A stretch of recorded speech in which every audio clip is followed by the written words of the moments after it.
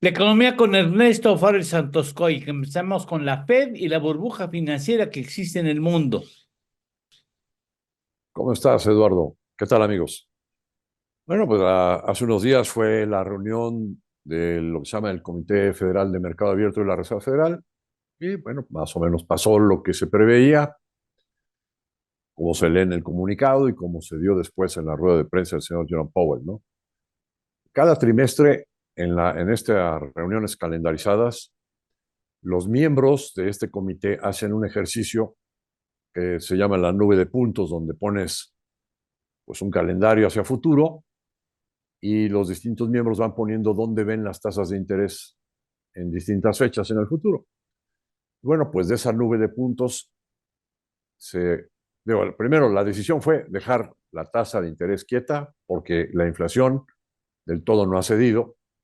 De hecho, pues la inflación los últimos datos salieron altos, arriba de lo esperado, y por lo tanto, pues era prácticamente imposible que la Reserva Federal se animara a bajar tasas de interés cuando la inflación se está otra vez yendo para arriba, ¿no? Pero en estas reuniones trimestrales que te digo, o sea, cada trimestre se hace este ejercicio de la nube de puntos y lo que dejan ver los que toman la decisión es que siguen pensando, igual que en el último ejercicio que habían hecho, que va a haber 3 recortes antes de que cierre este año. No todos piensan exactamente igual, sino que esto es, digamos, lo que se ve en el consenso. 3 recortes, lo que llevaría la tasa de interés que hoy está en el 5,50, con 3 recortes de un cuarto de punto, pues lo bajan al 5,25, al 5 y luego al 4,75. Entonces, quedaría en 4,75 al cierre del año, de acuerdo a lo que en promedio dicen los que votan en este comité. Pero para más adelante, sí le bajaron el ritmo al descenso de tasas, es decir, están viendo tasas piso más altas que las que se veían previamente para dentro del año entrante y el año 26, ¿no? También lo que se vio es que están revisando a la baja el crecimiento económico en los siguientes años y están viendo la inflación con más trabajo para bajar, ¿no? Ven que la meta del 2% se va a alcanzar por ahí del 2026. Y bueno, sí, más o menos hace sentido, porque lo que estamos viendo es que hay un nuevo entorno de inflación. Anteriormente, después de la crisis hipotecaria de 2008 hasta la pandemia, se tuvo una inflación por debajo del promedio histórico en todo el mundo.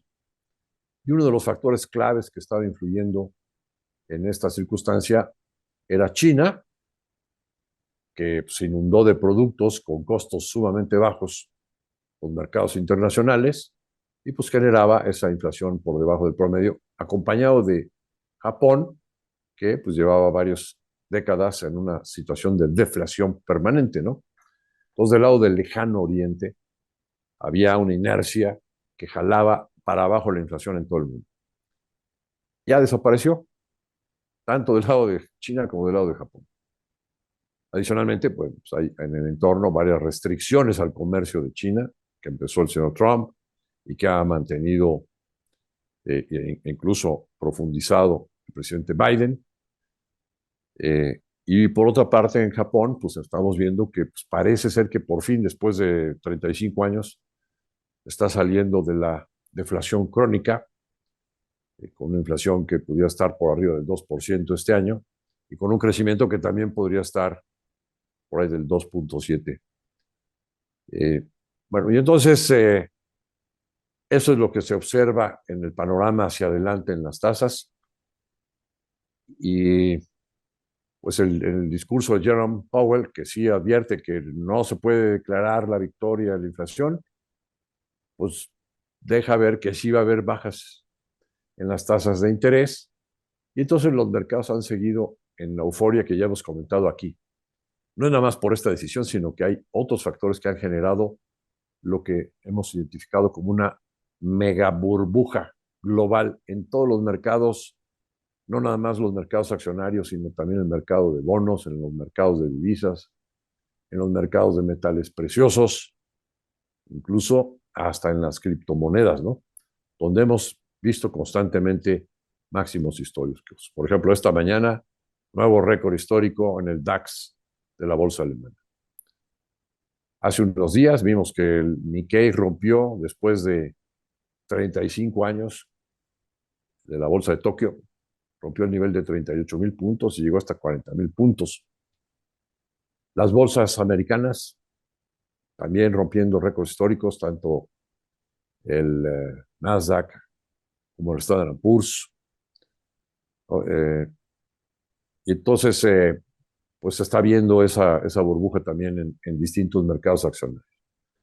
En el mercado de divisas, bueno, pues el peso es uno de las monedas afectadas por esta burbuja.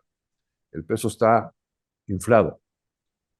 Un nivel de 16,60 y tantos, como se encuentra actualmente, es un nivel de sobrevaluación evidente.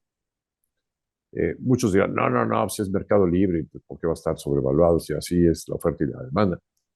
No, pues es que es parte de esa inercia de activos que están sobreinflados por un exceso de inyección de dinero que no se ha querido recoger desde la pandemia por parte de los bancos centrales y por 70 países que tienen elecciones este año y que están haciendo sus gobiernos gasto electorero, como lo hace el presidente Biden, como lo hace el presidente Andrés Manuel López Obrador en sus respectivos países, ¿no? Tienes un gasto exagerado para inflar la actividad económica y esa combinación con un exceso de liquidez, pues te infla los precios de los activos, como se ve a todas luces. ¿Qué tan caros están los mercados y qué tan próxima o de qué tamaño puede ser una corrección? Porque los mercados son, al final, racionales y pues suelen de vez en cuando eh, exagerar el optimismo, el pesimismo, ¿no? Pero después viene la corrección, tanto al alza como a la baja, ¿no? Entonces, en este caso, la euforia irracional, la exuberancia, como decía Alan Greenspan, que se ha observado en los mercados en este año, tarde o temprano tendrá que corregirse. Por ejemplo, el Standard Poor's ha ganado 33% en los últimos 12 meses. Nada más, ¿eh? 33% en el mercado accionario, el índice de los más fuertes, ¿no? ¿Y qué tan caro está o qué tan barato? Pongo dos parámetros. Uno, la relación precio-utilidad. Precio de la acción entre la utilidad por acción. Para la muestra de 500 acciones del Standard Poor's, al viernes pasado el promedio andaba en 28,4. ¿Esto es alto o es bajo? Bueno, pues el promedio histórico es 15 veces. Y aquí estamos a 28,4. O sea, casi al doble, ¿no? Casi 30 veces. Bueno, este parámetro nos indicaría que los precios de las acciones están sobrevaluados en relación a su promedio histórico, nada más y nada menos que en un 80 y tantos por ciento. Entonces ahí ves una evidente eh, sobrevaluación generalizada de las acciones de la bolsa de Nueva York, de la muestra de estas 500 empresas del Standard Poor's. Otro parámetro, hay una cosa que se llama la tasa de la Fed o el ratio, Fed ratio, que es comparar el inverso de este múltiplo contra el rendimiento que dan los bonos de largo plazo. Bueno, pues hagamos esa comparación. El inverso de 28,4 es 3,5%. Eso quiere decir que, en general, el rendimiento que están ofreciendo las acciones americanas a estos precios es de un 3,5% anual. Es muy simplificado esto, pero más o menos es lo que se puede interpretar. Entonces, comparemos este rendimiento contra el rendimiento de los bonos del Tesoro americano, por ejemplo, a 10 años. Está el 4,20. Oye, pues te conviene más invertir en bonos del Tesoro al 4,20 sin ningún riesgo estamos en la época del dólar, ¿no? Y pues, invertir en los bonos del Tesoro norteamericano pues, se supone que es el menor riesgo que hay. Aunque están sobreendeudados los americanos, ¿no? Pero estamos en el patrón dólar. Bueno, pues te conviene más invertir en los bonos a 10 años al 4.2 que invertir en las acciones que te ofrecen a los precios actuales un rendimiento del 3,5. Aquí deberíamos concluir con una sobrevaluación de alrededor del 20%. Pues, ¿de qué? Bueno, ya con esto, digamos, decimos, pues nada más tomé como muestra un botón, el índice está en apuros y a todas luces hay sobrevaluación. Hay otros indicadores de sobrevaluación en otros mercados. Bueno, 4.2 del mercado de bonos, de acuerdo al señor Bill Gross, quien fue uno de los fundadores de PIMCO, que pues, ha sido el principal intermediario de bonos del Tesoro en el mundo. Ya no trabaja ahí el señor. Hace 2 años se salió y se metió a otra, se llama Júpiter. Pero pues el señor ha manifestado hace unos días que el rendimiento del 4.2 no está reflejando todavía del todo la sobreoferta que está haciendo el gobierno de Biden. Sobreoferta de papel. Bueno, pues precisamente, si el gasto electorero del señor Biden está generando un déficit fiscal del 7% del PIB, pues eso quiere decir que el gobierno americano se está endeudando. Y para endeudarse emite en exceso bonos del tesoro. Y para el señor Bill Gross, un rendimiento real del 1%, 4.20 a 10 años, contra una inflación del 3.2, el último dato de inflación, te da un rendimiento real del 1%, para las ofertas que hay, le parece totalmente insuficiente. Es decir, lo que está diciendo el experto en bonos del Tesoro es que ante la sobreoferta de bonos, el precio de los bonos debería ser más alto, más bajo, y por lo tanto el rendimiento que deberían de ofrecer debería ser más alto en términos de la inflación que hoy tenemos, ¿no? Entonces, hay también una sobrevaluación del mercado de bonos. Entonces, ¿de qué va a depender, en resumidas cuentas, si los mercados continúan en la fiesta o se da una corrección? Pues va a depender de los datos de inflación. Este Viernes Santo vamos a tener nuevos datos de inflación.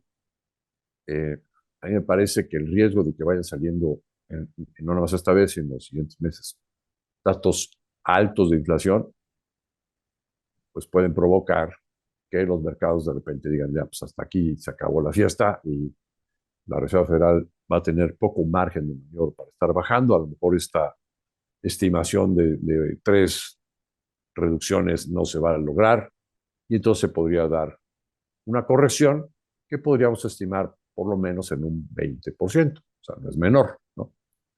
En los mercados accionarios. Pero pues eso te llevaría de la mano a que se descomponen todos los activos, ¿no? Si has visto al Bitcoin en $72,000 por unidad, bueno, pues a lo mejor en una corrección la ves abajo de 60,000, ¿no?